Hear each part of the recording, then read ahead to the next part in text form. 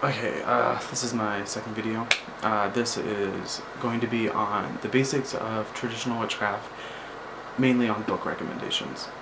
So, for traditional witchcraft, one of the first things you really need to do is you need to know the history of witchcraft, specifically England, because that's where most traditional witchcraft books lie. There are other traditions, but I mainly focus on English traditions, which, is really nice. I like English magic, and the number one book for that is definitely,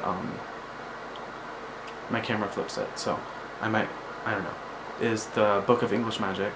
The Book of English Magic. I have it in hardback. I've read it entirely, but from front to cover, cover to back, whatever, and it takes you through the entire history of witchcraft, which I think is really cool, because it takes you back to the first magics, which were the hunt and fertility, and takes you up to more modern practice of Wicca and a little bit of traditional witchcraft.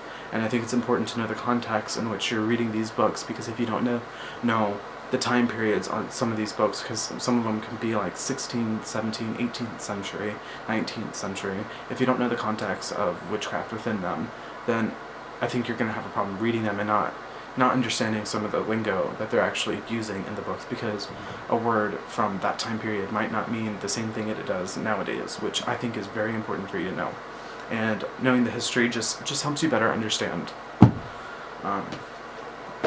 First book for traditional witchcraft is Mastering Witchcraft by Paul Hudson.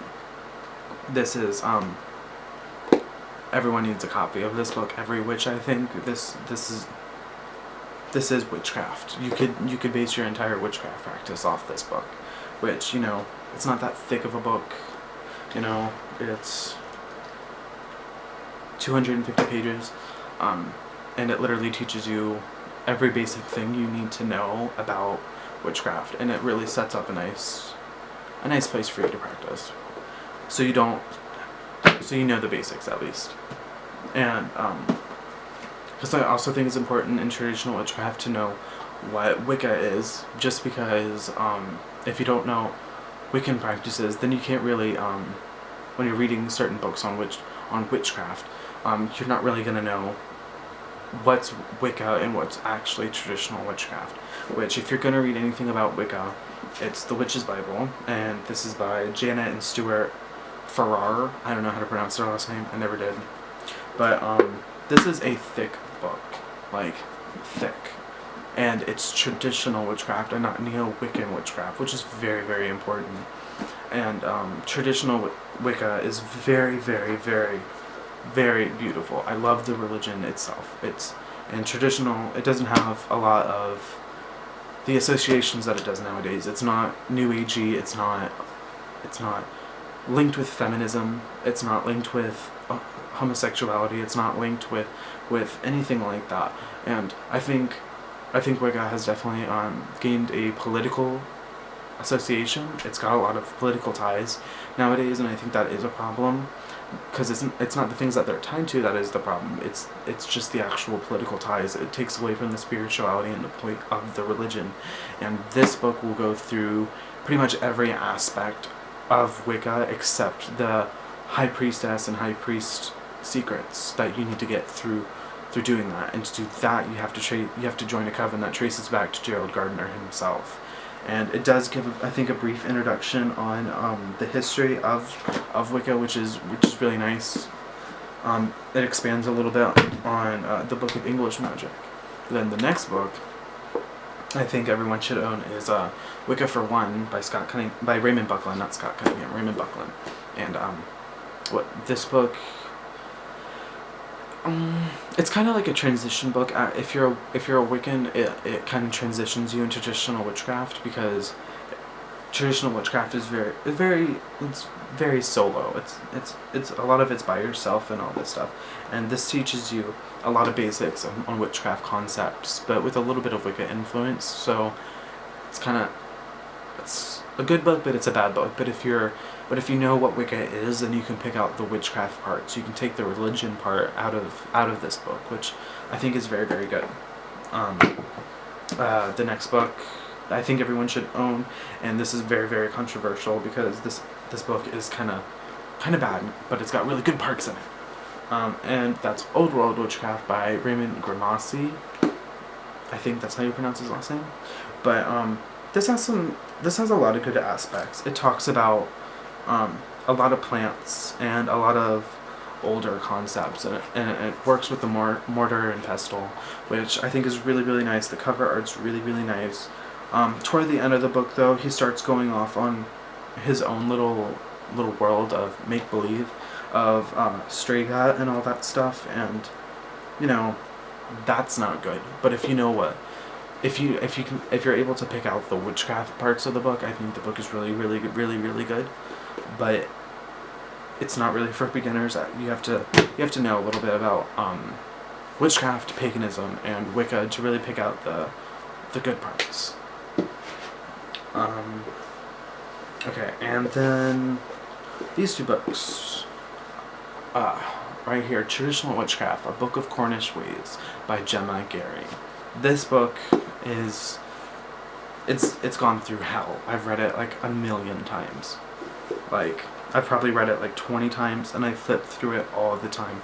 It's a book I think every traditional witch really, really, really needs to own. Like, really. It gives you an entire path to work off, meaning that you can read the book and you can practice right off this one single book without having to dive into any other book. But then again, you still need to know some basics of witchcraft, I would say. Just so you're not completely influenced by one tradition, because being influenced by one tradition can be kind of problematic. It can leave your practice kind of stale. It can leave it not inventive enough, which is a problem. But you can get Traditional Witchcraft by Gemma Gary through Three Hands Press. The book is going to cost you probably around $30 to $60, depending if you get hardback, because it is coming from England, so the shipping's a little high. But it's honestly, it's worth it more than anything else. And then this book has been through hell and back as well, and this is The Black Toad by Gemma Gary, which is really just an expansion of this book. It's like an addition to it. Like, the books are definitely go hand in hand together, and this book focuses more on the actual magic aspects of it, the spellcraft of her tradition, which is very, very powerful, and it's flawless. That's the best word I can describe, is it's absolutely flawless. And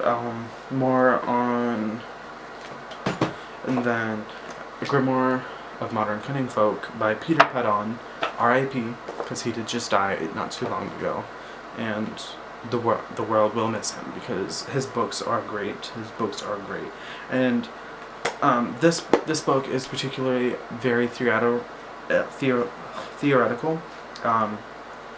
There's not too much aspects of like spellcraft in here, but it teaches you a lot about the cauldron of rebirth and what a cunning folk is, which is kind of blended into my traditional witchcraft sense, which is a person that sells their craft.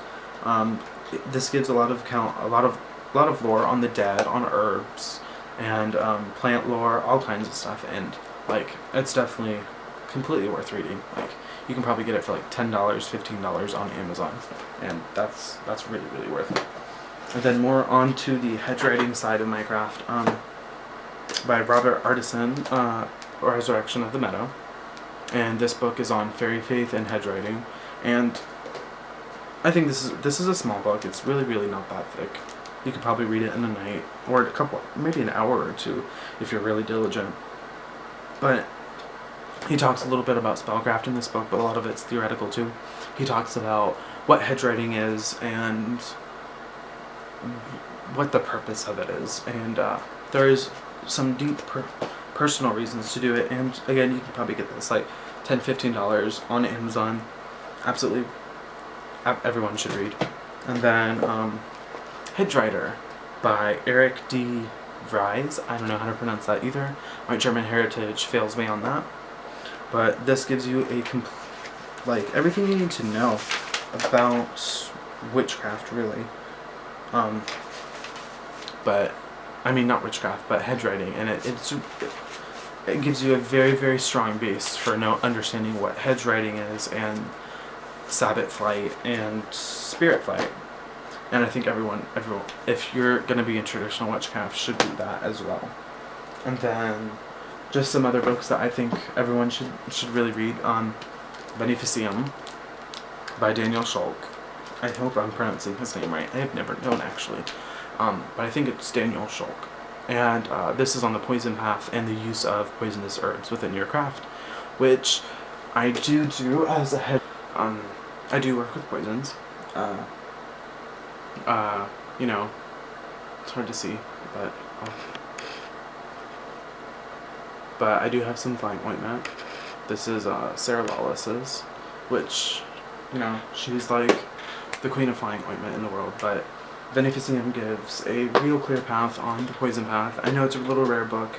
There may be some PDFs of it online, I don't know, but there very well could be. And if there are, it'd be really great for anyone to read it. And then the last two books I'm going to talk about in this video are two books on Hecate, because like I said in my last video, I am drawn to Hecate, but I don't worship her per se. And that would be, the first one is Key to the Crossroads, Hecate, Key to the Crossroads, by Sarita Dieste, I don't know, and by the same author, Hecate Lemuel Writes. Both are great books, especially this one. This one in particular, the Lemuel Writes one, is very, very, very good. This one is on the Key to the Crossroads. That one's on personal stuff from people who worship Hecate, which is nice, and it's got some lore, but mainly it's a lot of personal stuff about it, which, you know, gives a good clear understanding of what other people are doing. But this gives on a lot of accounts of actual worship, like Greek worship of her, and a lot of translations and lore information about Hecate and what she stands for and who she is, which I think gives you a very clear understanding of who Hecate is, which is important because I'm not drawn to gods that much. But those are, give or take, like 13 books or so on witchcraft that I think everyone should be reading. I do have quite a lot more. I've got some up here that you can't really see, but up there. And then I've got some more down here that I think are important, but I don't think they're as important as these ones. And I've got more books in there somewhere. But those are just some books. So if I get good feedback again, I will make more videos on witchcraft, and I'll talk about some other stuff like metaphysics, or how I would go about doing stuff, or like just questions or something. I don't know. But I guess I'll see you in my next video. Bye.